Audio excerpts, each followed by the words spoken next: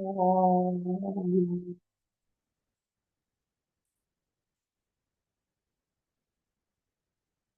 Om.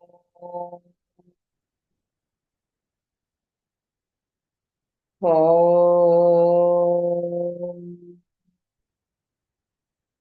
Guru Brahma, Guru Vishnu, Guru Devo Maheswara, Guru Sakshat Param Brahma, Tasmai Sri Gurave Namaha.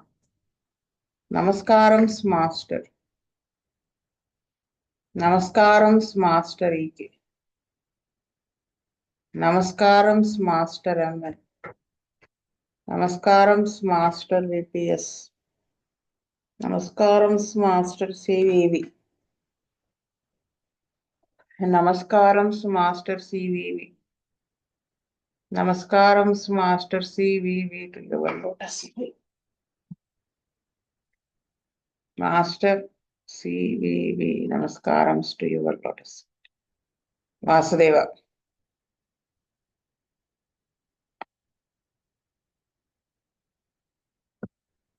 Vijayalakshmi గారు చదువుతారా? Madam 162 కదా, 160 161 అయిపోయింది. అదే మారుస్తానులేండి.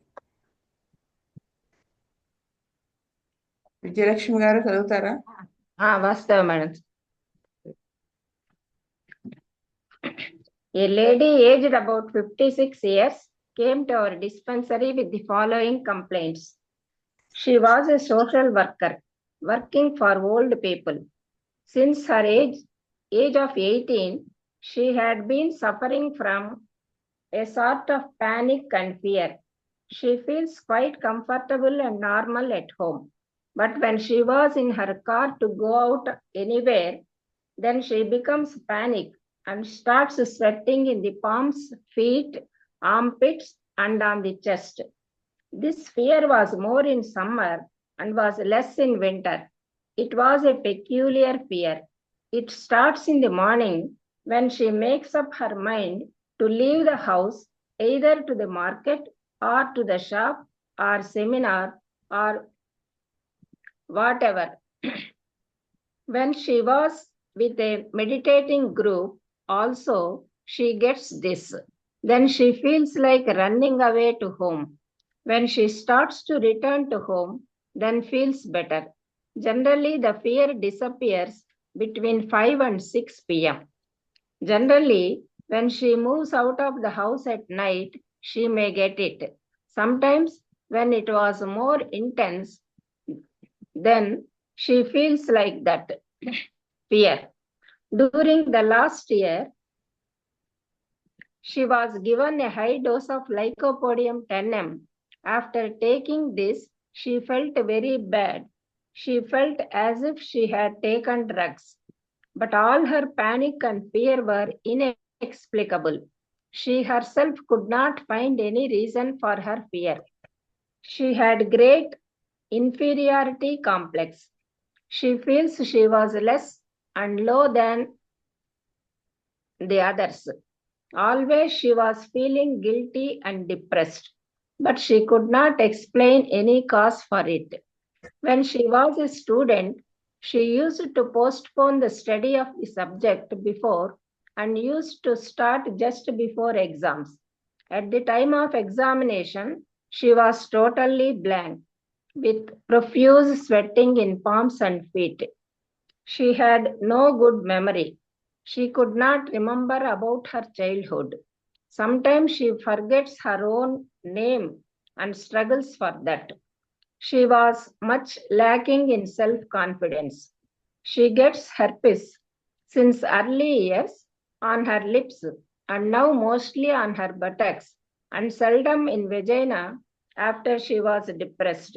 From time to time, she gets fungus in between her toes of the feet, but it was very little. Recently, 3 months ago, she passed a worm in her stool and has taken deworming medicine. She suffered very heavily with hay fever in the past. Later on it was diminished, but this year it was reappearing. She suffered from rheumatic pains 15 years ago in her shoulders. Whenever she suffered from anything, all that was always on the right side. She used hormone estrogen after menopause for 4 to 5 years and stopped it since 1 year. Since then, to counteract the heat, she started to take some herb and got rid of it. Often, the fingers of both the hands become senseless and numb during any time of the day. She had a late menarche. Period was normal. At 24, she got married for first time. In 1961, she got divorced and married for the second time. She had 2 children.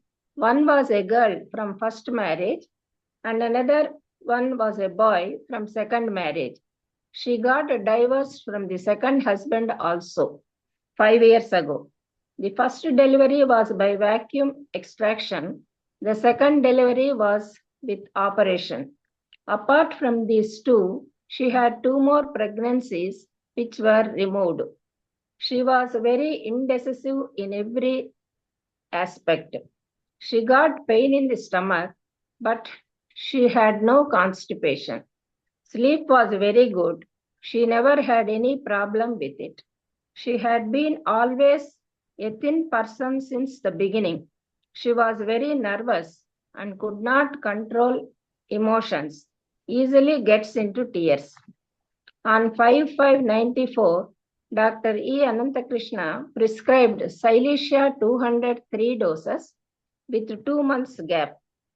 On 18/3/95, he prescribed RMet 10M 1 dose. On 15/12/95, Bujjigaru prescribed Hyoscamus 1M 1 dose. On 18/2/96, Dr. E. Ananthakrishna prescribed Syphilinum 1M 1 dose. On 4/6/96, he prescribed China 200 1 dose. Vastavam.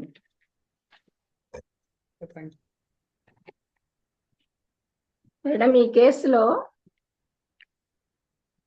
Menarche late menarche 18th year నుంచి panic fear, దానికి cause ఏమిటో కూడా ఆవిడ explain చేయలేకుండా ఉన్నాడు. The reason is she is unable to explain and feeling guilty and depressed.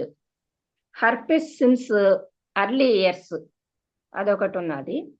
తర్వాత హిస్టరీలో suffered from hay fever, అది disappear అయిపోయింది. Again this year it reappeared. 15 years ago suffered from rheumatic pains in shoulders and all her sufferings on right side only.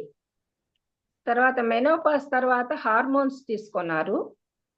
తర్వాత first marriage అది divorce అయిపోయింది.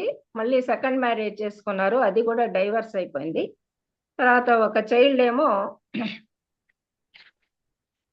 Vacuum extraction ద్వారా వచ్చింది, ఇంకొక child వచ్చి operation ద్వారా వచ్చింది. తర్వాత కూడా ఈవిడికి 2 pregnancies, అవి కూడా టర్మినేట్ చేసేసుకున్నారు. దీంట్లో ఈ కేసులో సైలీషియా లక్షణాలు బాగా తెలుస్తున్నాయి మేడం. ఫస్ట్ పాయింట్,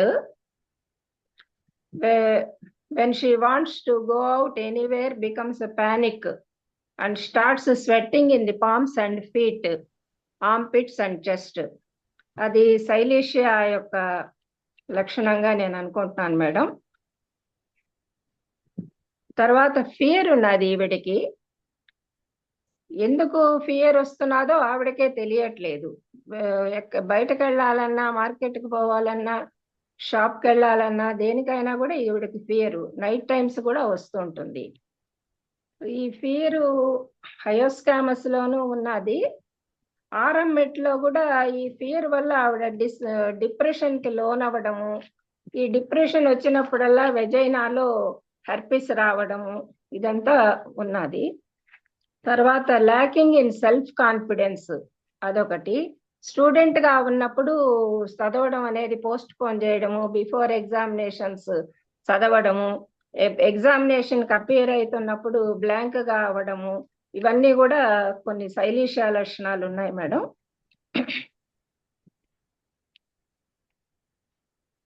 మెనోపాస్ తర్వాత ఈవిడ హార్మోన్స్ తీసుకోవడము, వాటి వల్ల కొన్ని సైడ్ ఎఫెక్ట్స్ ఇవన్నీ కూడా వచ్చాయని నేను అనుకుంటున్నాను మేడం. తర్వాత ఇప్పుడు ఫంగస్ బిట్వీన్ హర్ టోస్, తర్వాత fingers of both hands become senseless and numb గా ఉండడము, ఇవన్నీ కూడా ఆఫ్టర్ ఎఫెక్ట్స్ గా నేను అనుకుంటున్నాను మేడం. అందువల్ల శైలీషియా 200 3 డోసెస్ ఇచ్చారు మాస్టర్ గారు. అది కాన్స్టిట్యూషనల్ గా ఇచ్చారని నేను అనుకుంటున్నాను మేడం. తర్వాత ఆర్ఎంమెట్, ఈవిడికి విపరీతమైన ఫియర్, దానివల్ల డిప్రెషన్ లోకి వెళ్ళడము, తర్వాత ఎఫెక్ట్స్ ఏమి ఉండకుండా ఉండడానికి ఏమన్నా ఆర్ఎంమెట్ ఇచ్చారేమోనని నేను అనుకుంటున్నాను మేడం 1 డోసు. తర్వాత బుజ్జి గారేమో హయోస్కామస్ ఇచ్చారు 1 డోసు. తర్వాత ఆర్ఎంమెట్ ఇచ్చిన తర్వాత సిఫిలిటిక్ మియాజం అండర్లయింగ్ గా ఉంది కాబట్టి ఈ ఆర్ఎంమెట్ తో ట్రీట్ చేసిన తర్వాత సిఫిల్లం కూడా 1 డోస్ ఇచ్చారని నేను అనుకుంటున్నాను madam. Syphilinum is more indicated after ఆర్ఎంమెట్.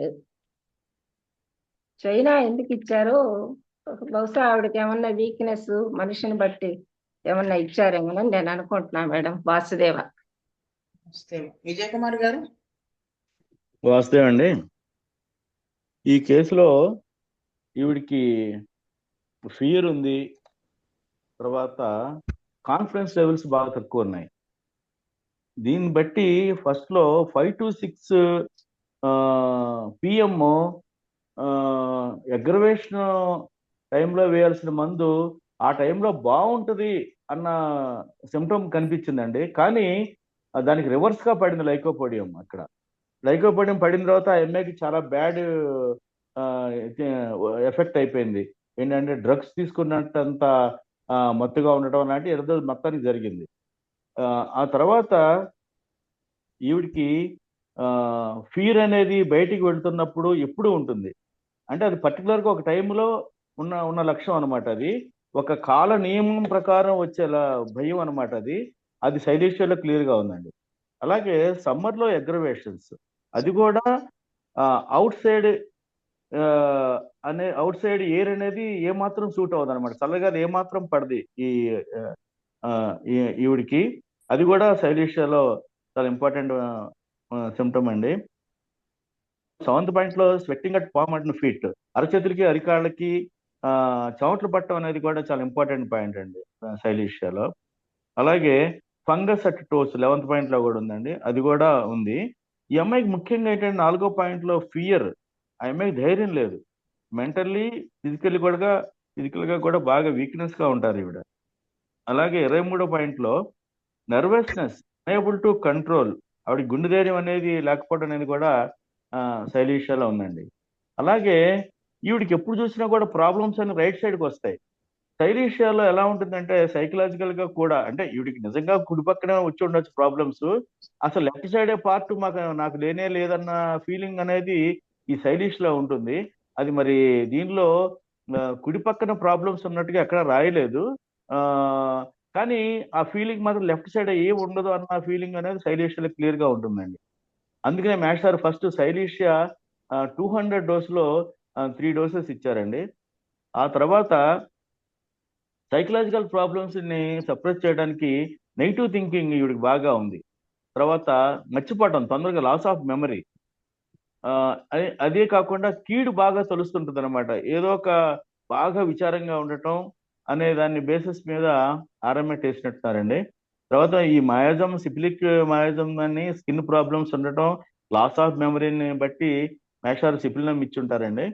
ఆ తర్వాత చైనా హైస్యామస్ అనేది కూడా ఈ అనుమానాలు పోవటానికి, ఆలోచన పోవటానికి కూడా హైస్యామస్ బాగా పనిచేస్తుంది. అందుకని బుజ్జిగారు హైస్యామస్ డోస్ ఇచ్చారు. ఆఖరిలో చైనా అనేది ఏదన్నా ఫిజికల్ సిమ్టమ్స్ లో నీరసంగా ఉండటం వల్ల ఇచ్చినట్టుగా నాకు అనిపిస్తుంది. వాసుదేవ. వాస్తవ పూర్ణానందం గారు, మేడం గారు వాసుదేవ వాసుదేవ. కామేశ్వరరావు గారు, వాసుదేవ వాసుదేవ. ఈసారి వాస్తవ బ్యాన్ చేయాలి.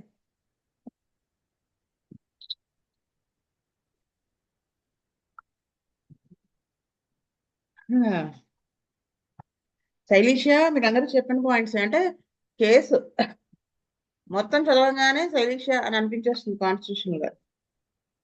సరే, ఫస్ట్ కాన్స్టిట్యూషన్ గా వేశారు, కానీ ఆర్ఎంఎట్ ఎన్ఎం ఎందుకు వేశారు అంటే ఇప్పుడు ఫస్ట్ ఒకసారి చెప్పుకున్నాం. శైలీష ఎందుకు వేశారు ఆల్రెడీ అందరూ చెప్పారు. ఫస్ట్ పాయింట్ చూడండి, అది బయటికి వెళ్ళాలంటే ఆ స్వెట్టింగ్ రావటం మెయిన్ అది. సెకండ్ పాయింట్ పెక్యులర్ గా ఉంటుంది, ఎందుకు వస్తుందో కూడా తెలియదు కదా చెప్పారు. సో అదొకటి. నెక్స్ట్ సిక్స్త్ పాయింట్ మెయిన్ ఇది ఒకటి. సెవెంత్ పాయింట్ ఎగ్జామినేషన్ టైంలో బ్లాంక్ అయిపోవటం అనేది ఆల్టర్నేటివ్ కూడా ఉంటుంది, కానీ స్వెట్టింగ్, పామ్స్ అండ్ ఫీట్ అనేది ప్రామినెంట్ గా శైలిషలో ఉంటుంది. వాడికి మోషన్ వస్తుంది, వీళ్ళకి ఇది అవుతుంది. ఎయిత్ పాయింట్ నెక్స్ట్ మెమరీ అనేది సరిగా లేకపోతే. Ninth point lacking of self confidence. ఇది బేస్ చేసుకుని వాళ్ళు ఆ ఎగ్జామినేషన్ చూసి లైకపడి ఇచ్చుంటారు, కానీ లైకపడి కానపడేది పనిచేయదు కదా. అందుకని ఇది శైలిష కాన్స్టిట్యూషన్ గా వేశారు. ఆర్ఎంఎట్ ఏంటంటే ఆ తర్వాత ఈ ఫియర్ వీటి వల్ల దేంట్లోకి వెళ్ళిపోయిందంటే డిప్రెషన్ లోకి వెళ్ళిందని ఎలా తెలుస్తుందంటే 16th పాయింట్ చూడండి. కాదు, 5th point. She had great inferiority complex. She feels she was less and low than the others. Always she was feeling guilty, depressed, but she could not explain any cause for it. ఇది first, ఇది ఆర్ఎంఎట్. Next వచ్చేసి 23rd point. She was very nervous. అంతవరకు శైలీష లాగా అనిపిస్తుంది. Could not control our emotions, easily gets in to tears. ఏడుపు అనేది పలుషులో ఒక్కటే కాకుండా ఉంటుంది. ఆర్ఎంఎట్ వాడిది కూడా అసలు లోపల నుంచి ఏడుపు. వాడు ఏడుపు చూస్తే అసలు మనం కూడా మన మైండ్ కూడా డిస్టర్బ్ అయిపోతుంది.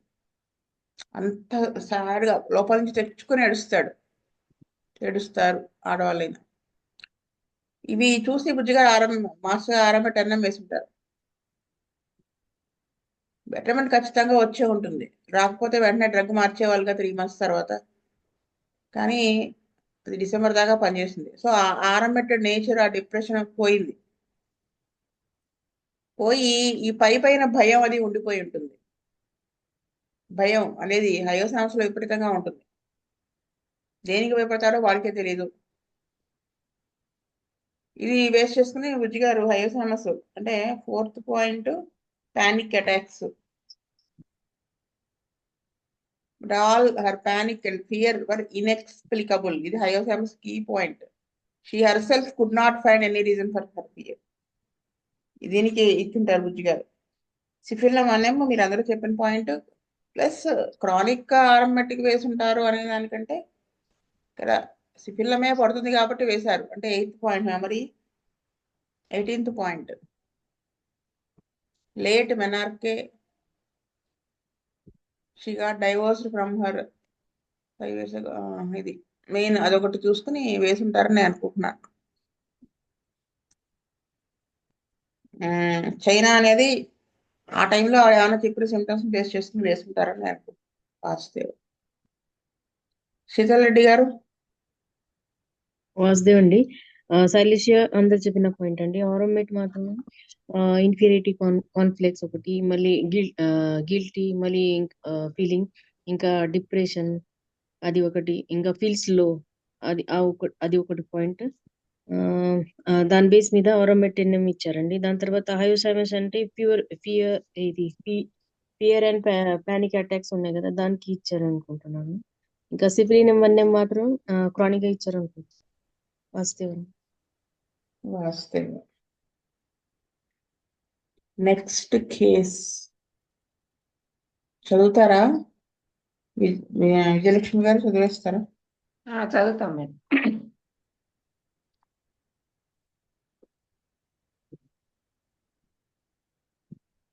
Case number 163. A lady aged about 26 years came to our dispensary with the following complaints. At the age of 6 years, she got chickenpox and measles very often. She suffered from colds and sinus problems.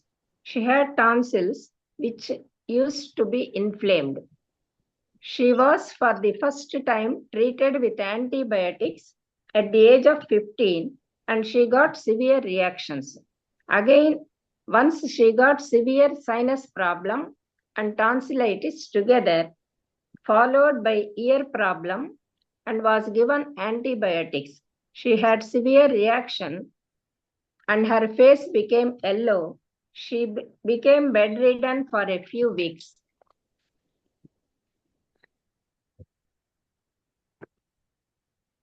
She had been brought up with fear since her childhood. This was because her father was a tyrant and very violent. He was often drunken and used to shout and beat her. Her brother and her mother, everyone of the family, were terrified by him. He could not control himself, used to throw whatever object he had before him. He used to make her naked and beat her. She remembers this very much even now and feels guilty of this. She used to swear that one day he would kill all the members of the family. All the members were always in horror about him. Always she was afraid of doing anything she wanted. Also, till recently, she used to have fear that she will be killed during night. She was always reproached by him. She went away from him to make her studies in the university at Vienna, and slowly she could get out of this effect. But even now, she had much of this effect on her psychology, because even though she was living of her own by her profession, she could not feel that she can do everything according to her will. Sometimes she feels that whether she was a being like others to do anything according to her taste independently. Her mother also had similar problems with her own father. She got frustrated with the way of teaching in the university. It was because she could not agree with the commercial aspect of economics that was taught. She had a boyfriend as a partner with whom she lived for 2 years. But since 1 year, she left him because she had many problems with him. This was because he could not accept that she can do certain things according to her own taste. But she could not cope up with his authoritative attitude, so she left him. Still, she had the sorrow suppressed deep in her mind. She wants to get rid of this and to serve humanity. She had still emotional blockages. She attained menarche at the age of 14. She could not take anything about her menstruation, even with her mother also. This was because her father used to make very vulgar and sexy jokes with her, his own daughter, which makes her feel that she was observed naked by her parents, even though she was away from them. The periods were very irregular and appeared early, and when she was in relationship with her boyfriend, now it was regularized. She did not use the pill or any other contraceptive, but followed natural way of observing menstrual cycles.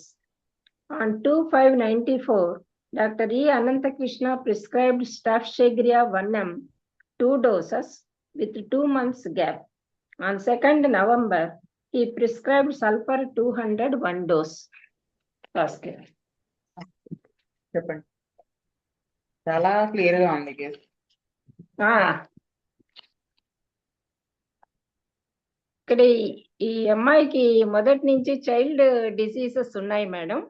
Small pox, chicken pox, తర్వాత sinus, tonsillitis, ఈ sinus tonsillitis with ear problem ఒకేసారి వచ్చినప్పుడు antibiotics అవి వాడారు.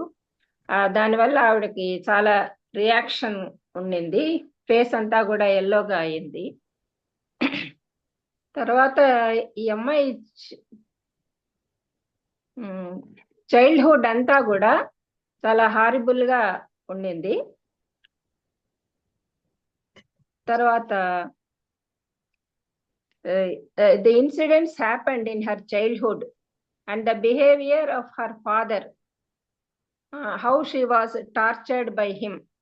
ఇవన్నీ కూడా ఈ impressions అన్ని కూడా ఆ మైండ్ లో అట్లాగే ఉండిపోయినాయి మేడం. సో ఆమె ఎదురు చెప్పలేకపోవడము ఫాదర్ చేసేటువంటి చేష్టలకి. తర్వాత she suppressed her anger, suppressed her feelings and great indignation about things. తర్వాత తన ఫ్యూచర్ ఏంట, గ్రీవ్స్ అబౌట్ హర్ కాన్సిక్వెన్సెస్. వీటిలన్నిటినీ బేస్ చేసుకొని స్టాఫ్షైగ్రియా ఇండికేట్ అయింది కాబట్టి మాస్టర్ గారు స్టాఫ్షైగ్రియా 1M 2 doses ఇచ్చారు విత్ 2 months గ్యాప్. తర్వాత 11th month లో ప్రిస్క్రైబ్డ్ సల్ఫర్ 200 1 dose ఇచ్చారు. ఈ sulphur to sustain the action of Staphysagria ఇచ్చారేమో అని నేను అనుకుంటున్నాను మేడం. వాసుదేవ. విజయ్ కుమార్ గారు. వాస్తవం అండి.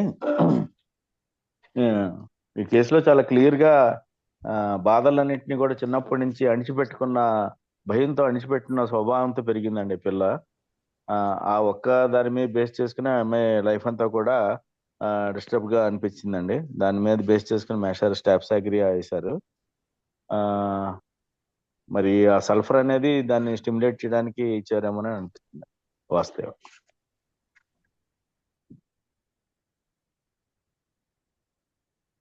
పూర్ణానంద గారు.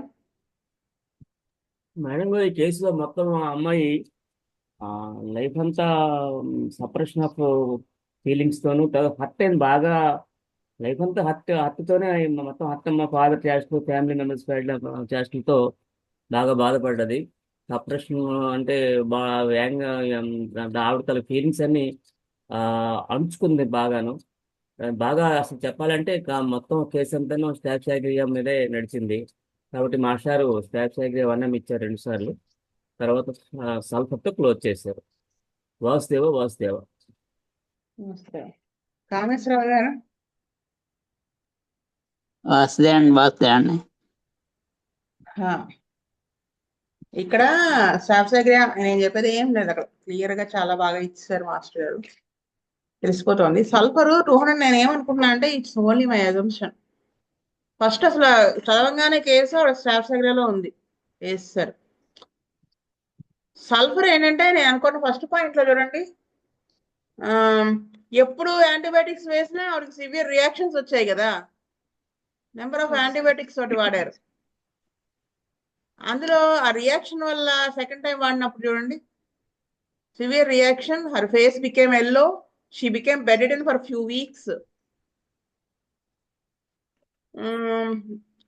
So plus after Staphysagria case close చేయడానికి అన్నట్టు ఇలా రెండింటికి కలిపి వేసి ఉంటారని నేను అనుకుంటున్నాను. నాకు ఇది ఒకటే పాయింట్ కనిపించింది. మరి వాస్తవం అంటే ముందే సల్ఫర్ వేయొచ్చు కదా అంటాం, కానీ ఇక్కడ సల్ఫర్ ఇప్పుడు ఈ యాంటీబయాటిక్స్ వాడటం వలన ఇవి ఏమి డెవలప్ అవ్వలేదు కదా, సైకలాజికల్ గా ఈ ఫియర్ ఇలాంటివన్నీ ఏం డెవలప్ అవ్వలేదు కదా. అందుకని ముందు స్టాఫ్షైగ్రియా వేసి తర్వాత సల్ఫర్ వేసి ఉంటారు అనుకుంటున్నాను. వాస్తవం. ఎందుకంటే ఈ మెన్సెస్ కూడా ఇర్రెగ్యులారిటీస్ ఇవన్నీ ఉన్నాయి, చూసి వేసి ఉంటారు. వాస్తవం. శీతల్ రెడ్డి గారు. వాస్తవం అండి. అది అందరు చెప్పినట్టే అది సపరేషన్ ఫీలింగ్ ఉన్నాయి కదా ఈ కేసులో. ఆ బేస్ మీద స్టాఫ్షైగ్రియా 1M ఇచ్చారండి. ఇంకా దాని తర్వాత యాంటీబయాటిక్స్ అదే మీరు చెప్పినట్టేనే యాంటీబయాటిక్స్ సైడ్ ఎఫెక్ట్స్ న్యూట్రలైజ్ చేయడానికి కూడా సల్ఫర్ 200 వాడారు అనుకుంటున్నాను. ఇంకా స్టాఫ్స్ అగ్రియా ఇంకా బాగా పని చేయడానికి కూడా సల్ఫర్ 200 వాడారు అనుకుంటున్నాను. వాస్తవం. స్వస్తి ప్రజాభ్యః పరిపాలయంతాం న్యాయేన మార్గేణ మహీం మహీషాః గోబ్రాహ్మణేభ్యः సోమస్తు నిత్యం లోకా సమస్తాః సుఖినో భవంతు. లోకా సమస్తాః సుఖినో. ఓం శాంతి శాంతి. వాసుదేవ వాసుదేవ